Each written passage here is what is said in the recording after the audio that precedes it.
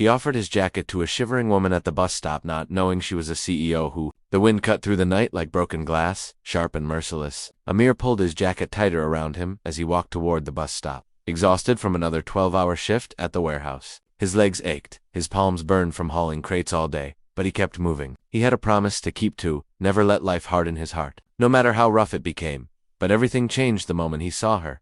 A woman sat alone on the cold metal bench, curled into herself as if trying to disappear. Her thin shawl looked useless against the freezing December wind. Her hands trembled. Her breath shivered out in wisps. She didn't look up when Amir approached. She didn't even seem to notice he was there. Then he saw the slightest tilt of her shoulders, the muffled sniff she tried to hide, the quiet sound of someone trying not to fall apart without thinking. Amir shrugged off his jacket and draped it over her shoulders. She flinched, startled, then looked up with wide, watery eyes. She was surprisingly young, maybe mid-30s, but her face carried a tiredness far beyond her age. Her hair was messy, her eyes red, her whole being trembling like a leaf in a storm.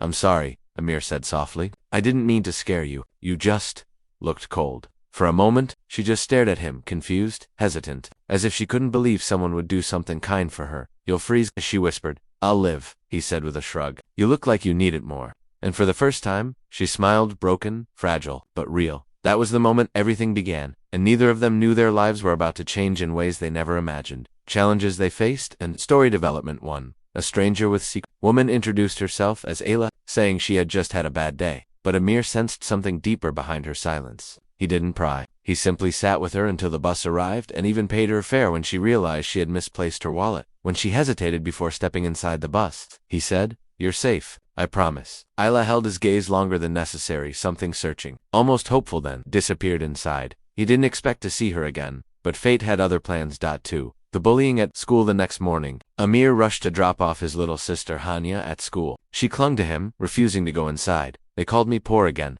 she muttered. "They said kids like us don't belong here." Amir's heart cracked. Their father had died 3 years ago. Their mother worked endlessly, and money was constantly tight. But he wanted Hanya to believe she still deserved the world. "I'll talk to your teacher," he said gently. But the teacher was nuanced, overwhelmed. The students were rowdy, entitled, and merciless with their comments. She stood alone at the front of the classroom, trying to gain control. But the bullies drowned her voice with mocking laughter. Amir stepped inside, just as one of the boys hurled a book at her. "Enough!" Amir roared. The room froze. The new teacher looked up, and Amir's breath caught. It was Ayla, but she wasn't the shivering woman from the bus stop anymore. She stood tall, stern, although shadows of exhaustion lingered in her eyes. You're, they both said at the same time. The students exchanged curious whispers, thinking something scandalous was happening. Ayla cleared her throat. "Mr. Amir is here to discuss his sister. Please behave." He gave her a small, respectful nod. She responded with a grateful glance, one that said, "Thank you for yesterday." 3. The bullies strike again over the next few weeks.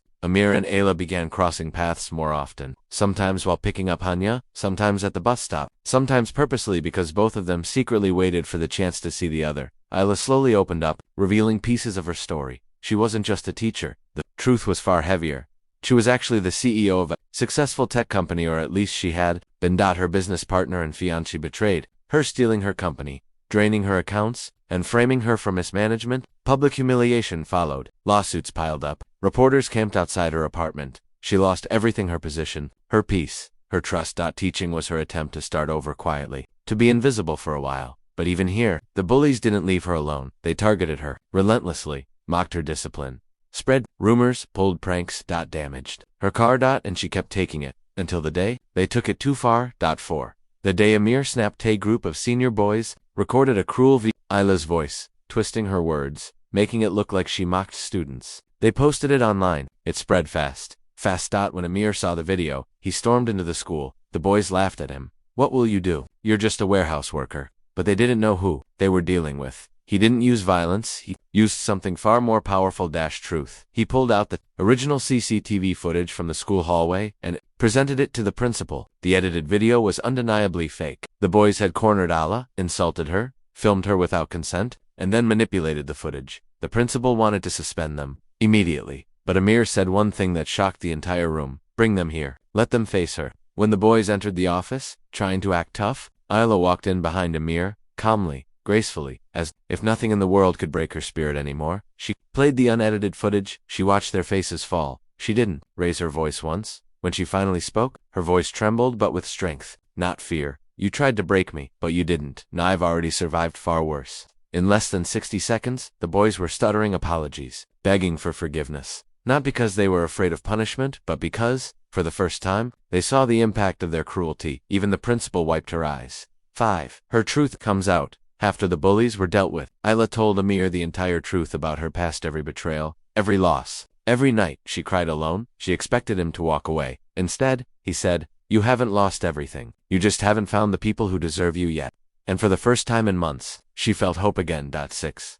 The CEO returns with Amir's encouragement. Ayla fought back legally. He accompanied her to court, helped her gather documents, stood by her when everyone else abandoned her. Her ex-partner's fraud was exposed. Her company's shares were restored. Her name was cleared. Soon, articles appeared online. Former CEO reclaims her position after major corporate betrayal exposed. But the most surprising headline was the one that followed. Anonymous warehouse worker helped build the case. CEO credits him for her return to power. That anonymous worker was Amir. But the happiest moment wasn't the legal victory. It was when Isla pulled Amir aside and placed the familiar jacket into his hands. "Keep it," she whispered. "You gave me warmth when I had nothing. Let me return it in a different way." She offered him a position at her company not out of pity, but because she saw his integrity, his intelligence, his leadership. He accepted, but only after she agreed to one thing, that we face whatever comes next. Together, she smiled. Together, ending message for Via has a way of connecting people. At the most unexpected moments, a small act of kindness, a jacket offered on a cold night, became the thread that wove two broken lives back together.